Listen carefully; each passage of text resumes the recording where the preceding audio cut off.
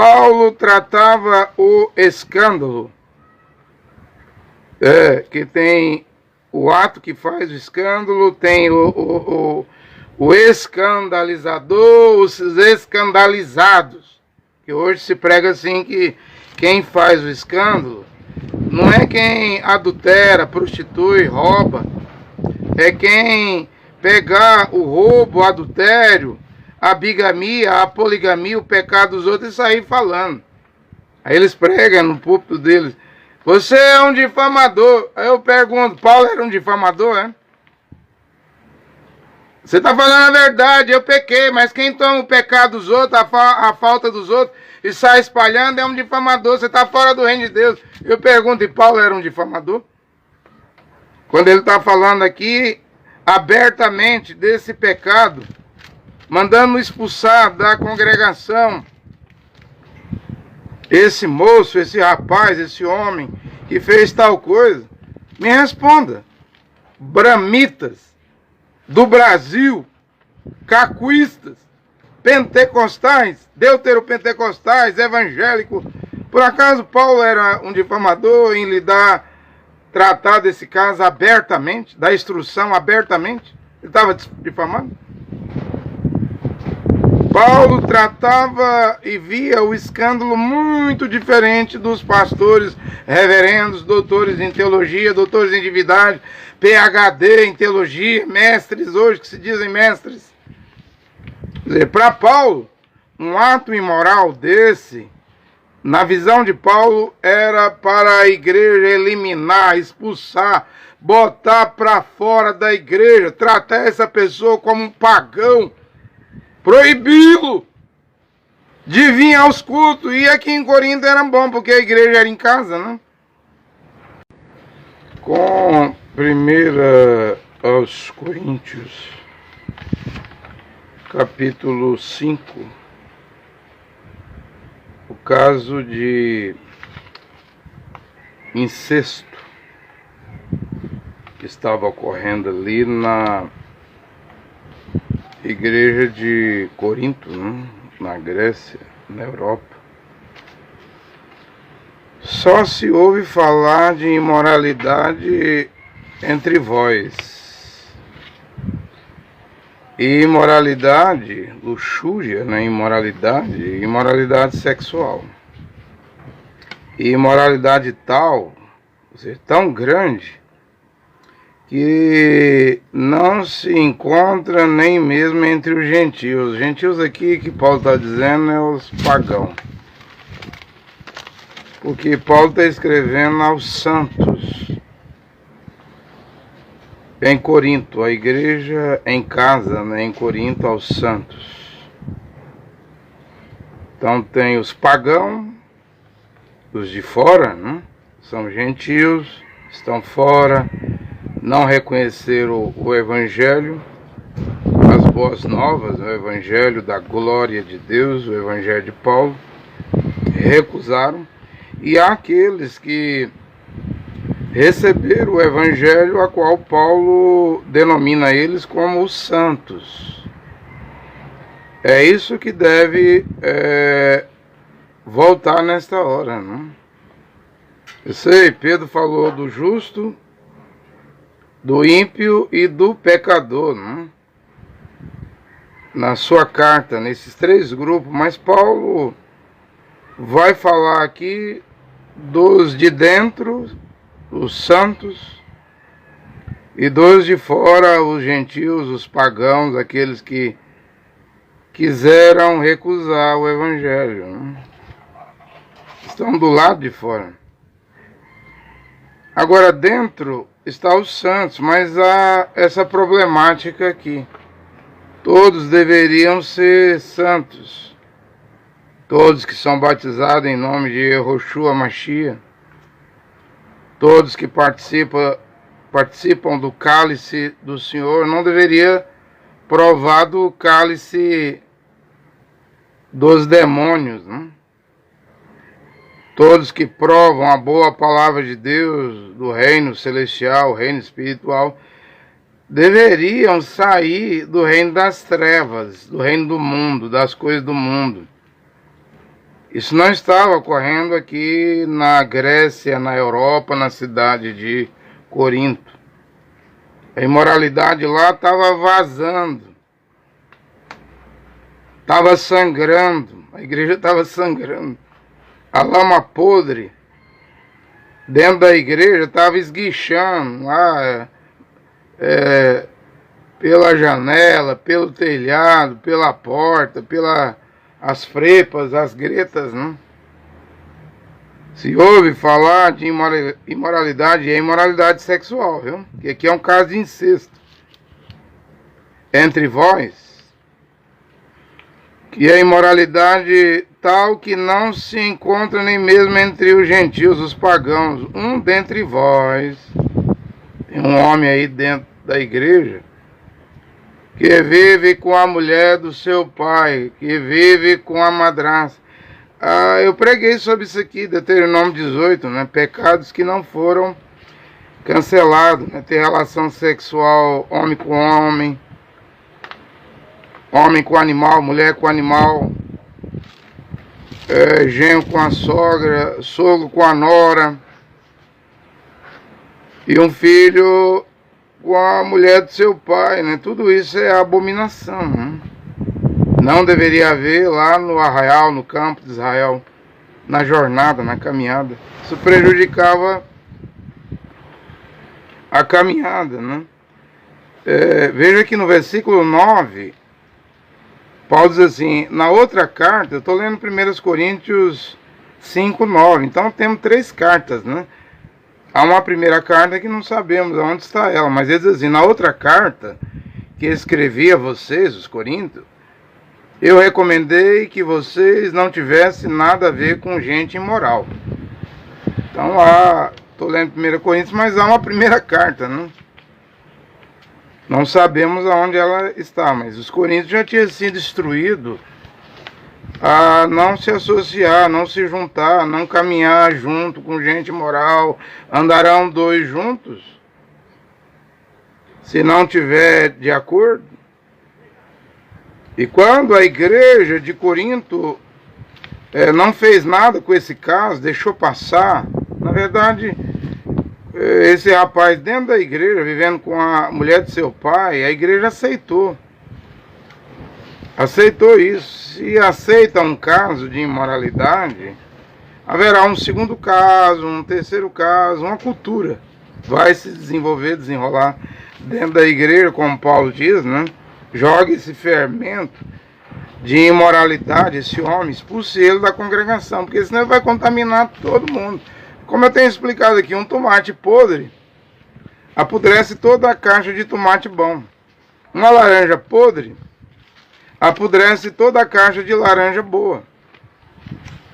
Não era para acontecer isso. E quando acontecesse, não era para a igreja aceitar.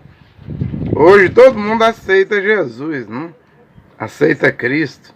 E junto com o aceitar Jesus, de católicos, protestantes, pentecostais, deuteropentecostais e neopentecostais, as igrejas também aceitam o pecado. E o pecado agora, que o último pecado que as igrejas estão tornando ele uma cultura normal, está normalizando, é o sodomismo, né? Homem com homem, mulher com mulher. Mas entende que esses homens casados com homens, mulheres casadas com mulheres, eles têm isso aqui, ó. Muito dinheiro. Eles podem pagar 100 mil para um pregador pregar no aniversário, numa festa deles. Pode pagar 40 mil para uma pregadora, para um pregador, um pastor, uma pastora, um bispo, ir lá dar uma Bíblia e falar de Jesus. Eles podem receber um cachê grande. Está tudo perdido hoje, né? A imoralidade tomou conta. Vamos ver aqui. E hoje está pior do que 2000 anos atrás lá em Corinto. Eu continuo lendo. E vós estáis cheios de orgulho, ô igreja de Corinto. Vocês estão inchados, que o orgulho incha. Faz a pessoa ficar inchada. Vocês estão inchados, né?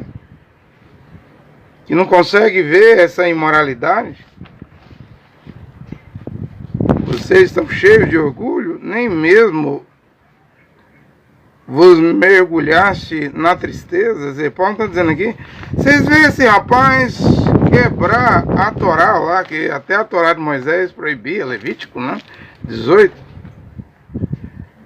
Vê ele praticar esse incesto, ele está congregando aí, talvez ele estava até tomando do cálice, né? Indignamente, com certeza, e a igreja, a maioria, o grupo todo aí de Corinto nem fica triste. Vocês estão normais, né? Normalizou, vocês legalizaram, aceitaram esse pecado. Ou seja, um homem tomar um filho, tomar a mulher do pai, a madrasta, já não é mais pecado? Já não é mais pecado? E é o que as igrejas pregam hoje, normalizou o pecado. Não é pecado usar batom, usar esmalte, mulher cortar o cabelo. Não é pecado mulher usar calça comprida, mostrar decotes do seio, barriga, umbigo, nádega, roupa colada no corpo igual uma linguiça calabresa. Sem falar que essas novas igrejas surgindo, esses novos movimentos que se dizem profetas, estão liberando até pregador ter duas mulheres, bigamia. Eu vou entrar nisso. Estou dizendo que hoje está pior do que o tempo da igreja de Corinto. E o pior de tudo é que Paulo disse que lá eles viam esse incesto e ninguém ficava triste, desapontado, decepcionado. Continuou normal. Dentro da igreja. Paulo disse, vocês estão inchados, orgulhosos? Nem mesmo vos mergulhares na tristeza, a fim de que o autor, esse homem aí, que fez essa maldade, o autor desse mal fosse eliminado. Paulo está dizendo, eliminar aqui é expulsar. Ou seja, Paulo tratava o escândalo, que tem o ato que faz o escândalo, tem o escandalizador, os escandalizados. Que hoje se prega assim que quem faz o escândalo não é quem adultera, prostitui, rouba. É quem pegar o roubo, o adultério, a bigamia, a poligamia, o pecado dos outros e sair falando. Aí eles pregam no púlpito deles, você é um difamador. Aí eu pergunto, Paulo era um difamador, é? Você está falando a verdade, eu pequei, mas quem toma o pecado dos outros, a falta dos outros, e sai espalhando é um difamador, você está fora do reino de Deus. Eu pergunto, e Paulo era um difamador? Quando ele está falando aqui, abertamente, desse pecado, mandando expulsar da congregação esse moço, esse rapaz, esse homem, que fez tal coisa, me responda. Bramitas do Brasil, cacuístas, pentecostais, deuteropentecostais, evangélicos. Por acaso Paulo era um difamador em tratar desse caso abertamente, da instrução abertamente? Ele estava difamando? Paulo tratava e via o escândalo muito diferente dos pastores, reverendos, doutores em teologia, doutores em divindade, PhD em teologia, mestres hoje que se dizem mestres. Para Paulo, um ato imoral desse, na visão de Paulo, era para a igreja eliminar, expulsar, botar para fora da igreja, tratar essa pessoa como um pagão, proibi-lo de vir aos cultos. E aqui em Corinto era bom, porque a igreja era em casa, né? A igreja na casa de Nifas, na casa de Arquipo, na casa de Áquila e Priscila. Eu disse que não tem como colocar as coisas em ordem se tiver um templo, uma congregação, uma catedral, porque aquilo é público. Ninguém pode impedir alguém de entrar dentro de uma igreja. Se impedir, você vai ser preso, mas dentro de sua casa você pode. Dentro de sua casa, só entra quem você, o dono da casa, o chefe da casa, o cabeça da casa, autorizar. Por isso que a igreja deve voltar a ser em casa. não em templos. Paulo nunca construiu um templo. Paulo nunca mandou construir um templo. Eu sei, irmão Branham disse que podia construir um templo, mas eu não estou nos dias do irmão Branham. Eu quero voltar ao Evangelho de Paulo, para as coisas virem à ordem. Elimine o autor, esse homem aí que está praticando incesto no meio de vós. Nem mesmo vos mergulhasse na tristeza, vocês não ficaram tristes, a fim de que o autor desse mal fosse eliminado do meio de vós, expulsar mesmo. Quanto a mim, ausente do corpo, mas presente no espírito, já julguei como se estivesse presente. Aquele que perpetuou tal ação em nome do Senhor Yehoshua, é preciso que, estando vós e o meu espírito reunido em assembleia com o poder do Senhor Yehoshua, entregue tal homem a Satanás. Veja, Paulo não vai só expulsar ele, não. Mandar a igreja expulsar. Ele vai mandar a igreja fazer uma coisa ainda mais. Vocês vão expulsá-lo da congregação. E eu quero que vocês façam uma segunda coisa. Vocês entreguem esse rapaz a Satanás. Entregue ele a Satanás. Normalmente Paulo entregava a Satanás Alexandre, o fundidor, Hermineu, porque eles estavam blasfemando, né? Do caminho. E que é Yehoshua que Paulo pregava.